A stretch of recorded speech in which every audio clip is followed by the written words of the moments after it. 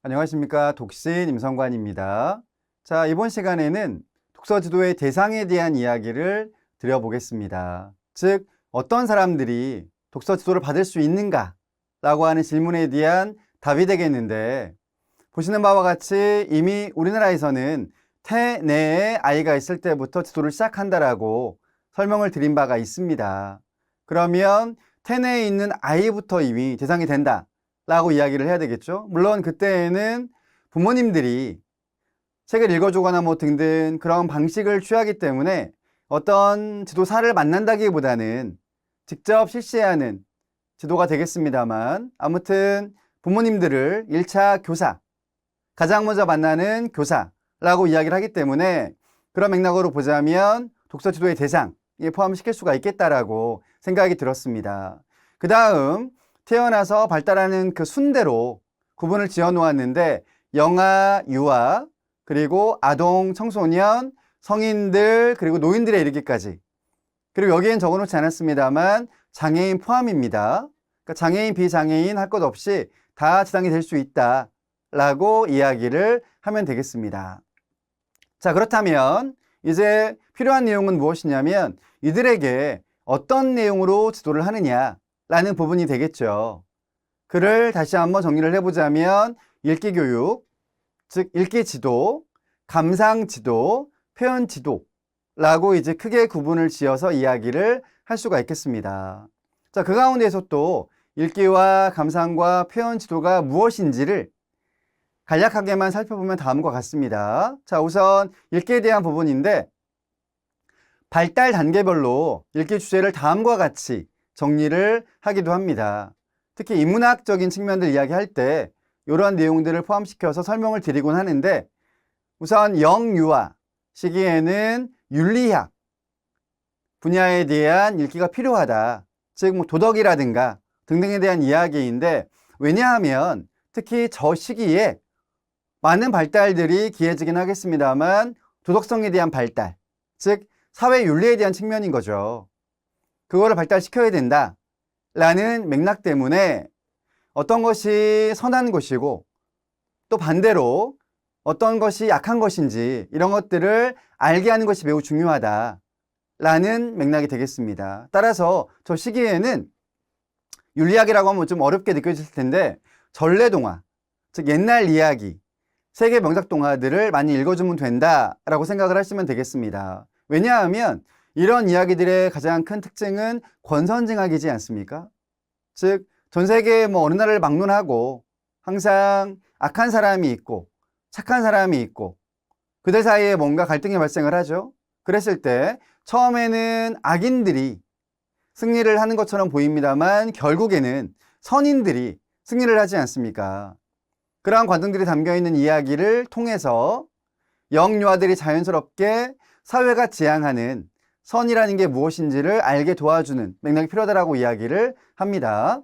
그 다음 아동기, 보통 우리는 초등학교 시기라고 이야기를 합니다. 그때에는 관심 분야를 두루 읽히면 좋겠다라고 이야기를 하는데, 역시 아이들은 말을 안 듣죠. 네, 물론 그나마 독서를 하면은 다행입니다만 그마저도 보통 편독을 한다라고 고민하시는 분들이 계세요. 그래서 제가 이제 이 부분은 나중에 다시 한번 이야기를 드리는 시간이 있을 텐데, 아무튼 바라기로는 여러 분야를 두루 보면 좋겠고, 또 그러면서 관심 분야를 만드는 것도 필요하겠다라는 내용이고요. 그 다음 청소년기로 가게 되면 이때는 자아 정체감, 즉 내가 누구인가에 대한 확립을 하는 게 중요하다고 이야기 드리지 않았습니까? 따라서 자아 성찰이 도움이 될 만한 철학이라든가 아니면 심리학 분야를 특히 읽으면 도움이 된다라고 이야기를 하고 있습니다.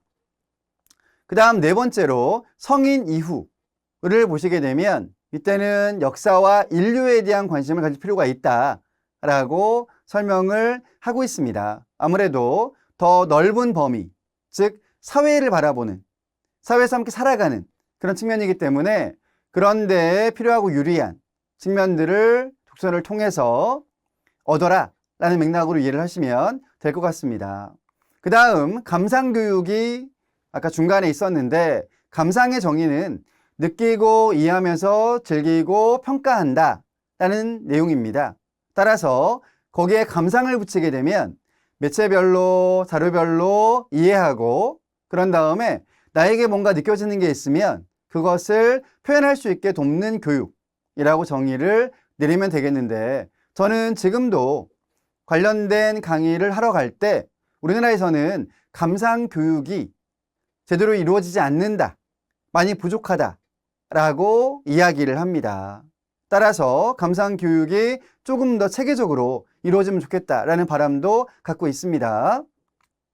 그 다음, 읽고 감상이 들었으면 당연히 이제 그것을 표현하는 단계로 나아가야 되겠죠.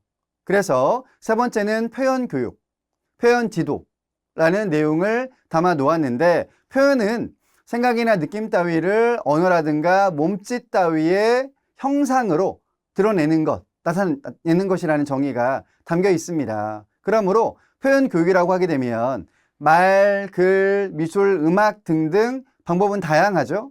그런 것들로 본인의 감상을 드러낼 수 있도록 돕는 교육이라고 정의를 내리면 되겠습니다. 자, 그 다음 이번에는 주제별로 독서지도의 내용들을 구분 지어서 이야기를 할 수도 있는데, 우선 영유아, 이 시기는 감각 발달이 필요하고 또 그걸 도와야 되고요. 그 다음에 이제 그 중에 한 축이기도 한데, 언어에 대한 습득 굉장히 중요하죠. 모국어에 대한 습득, 이게 중요한 시기이기 때문에 주로 그런 주제를 바탕으로 독서 지도를 실시한다 라고 보시면 되겠습니다. 그 다음 두 번째는 아동기가 되겠는데, 이때는 아무래도 독서 흥미, 이를 바탕으로 습관을 형성하고 능력도 키워주는 목적이 가장 크다라고 이야기를 할 수가 있겠고요. 그 다음 나아가서는 자아 존중감이라든가 사회성 향상, 그리고 학습과 관련을 지은 학습 독서, 이런 측면들로의 주제가 주로 활용이 된다라고 이야기를 할 수가 있겠습니다. 그 다음 청소년기로 가게 되면 자아 정체감, 앞서도 이야기를 드린 바가 있습니다. 이것을 확립하는 게 필요한 시기이기 때문에 그 주제를 바탕으로 독서 지도를 실시할 가능성이 매우 높고요. 그 다음 더불어서 진로 독서에 대한 부분들도 함께 행해지고 있습니다. 보통 저는 자아 정체감이 확립이 되어야 비로소 진로를 결정할 수 있다라고 이야기를 하거든요. 그래서 그런 맥락으로의 수업들이 가장 많이 계획이 되고 실제로 실행이 된다라고 이야기를 할 수가 있겠습니다. 자, 그 다음 성인과 노인이 남아있는데, 성인 같은 경우에는 사회 적응, 중요하죠, 이것도. 왜냐하면 사회는 학교랑은 다릅니다. 학교에서는 정해진 것들을 학생들에게 해내라고 강조를 하는, 또 이끌어주는 부분이 있지만, 사회에서는 그렇지 않죠. 내가 스스로 적응을 해나가야 되는 부분, 또 그러면서 역량 발휘를 해야 되는 측면이 있기 때문에 사회 적응을 어려워하는 사람들이 있거든요. 그래서 그런 주제랄지 아니면 생산성 향상, 역시 내가 사회인으로서 어떤 공을 세워야 되는, 업적을 만들어내야 되는 그런 부분을 이야기하는 겁니다. 그래서 그와 관련된 주제들로 지도를 할 수가 있겠고요. 그 다음 노년기로 가게 되면 아무래도 신체 변화부터 많은 부분에서의 변화 문제가 생기기도 하는데, 그 중에 하나가 질병의 문제가 있죠. 보통 노년기에는 4가지의 문제가 생긴다고 이야기를 하거든요. 그 중에 하나가 질병, 그 다음에 빈곤, 그리고 고독, 그 다음 마지막으로 무의라고 해서 살아온 삶에 대한 후회, 이런 것들이 생긴다고 이야기를 하고 있는데, 그 중에 질병, 특히 또 그 안에서도 치매에 대한 것을 가장 두려워하십니다. 내가 치매에 걸리지 않을까에 대한 걱정들을 많이 하시는데, 그럴 때 책을 읽고 그 다음 사람들과 이야기를 나누고 글을 쓸 수 있는 기회를 갖는다면 치매 예방에 가장 큰 도움이 된다라고 이야기를 합니다. 이미 연구된 결과들이 있기도 해요. 그래서 함께 만나서 읽고 이야기할 수 있는 기회를 만들어주는 측면에서의 치매 예방 지도, 독서 교육 지도, 이런 것들이 행해질 수 있겠고요. 그 밖에 또 이제 이 시기에는 통합감이 필요하다고 이야기를 하죠. 그러니까 즉 내가 살아온 세월들을 돌아보면서 헛살았다, 이런 생각과 마음을 갖는 것이 아니라 이만하면 열심히 살았다, 충분히 행복했다 라고 하는 마음을 갖게 해주는 건데, 이런 것들도 독서를 통해서 함께 해나갈 수 있다 라고 이야기를 할 수가 있겠습니다. 자, 이번 시간에는 독서지도의 대상에 대한 이야기를 드렸는데, 장애, 비장애를 다 포함해서 탄핵부터 영유아, 아동, 청소년, 성인, 노인에 이르기까지 대상들을 구분을 지었고, 그 다음에 그 사람들에게 어떤 주제의 책을 읽으면 좋을지, 그 다음에 이제 세부적으로 지도는 어떤 주제에 따라서 할 수 있는지에 대한 이야기를 드렸습니다. 물론 이 외에도 더 많은 것들이 있어요. 그런데 일단 크게 범위를 구분을 지어서 이야기를 드린 거니 참고를 하시면 되겠고, 더 세부적인 내용이 필요하신 분들은 관련 도서 등등을 찾아보시는 것도 권장을 하는 바입니다. 자, 이번 시간의 내용은 여기까지입니다. 구독, 좋아요, 알림 신청 다시 한번 부탁을 드립니다. 감사합니다.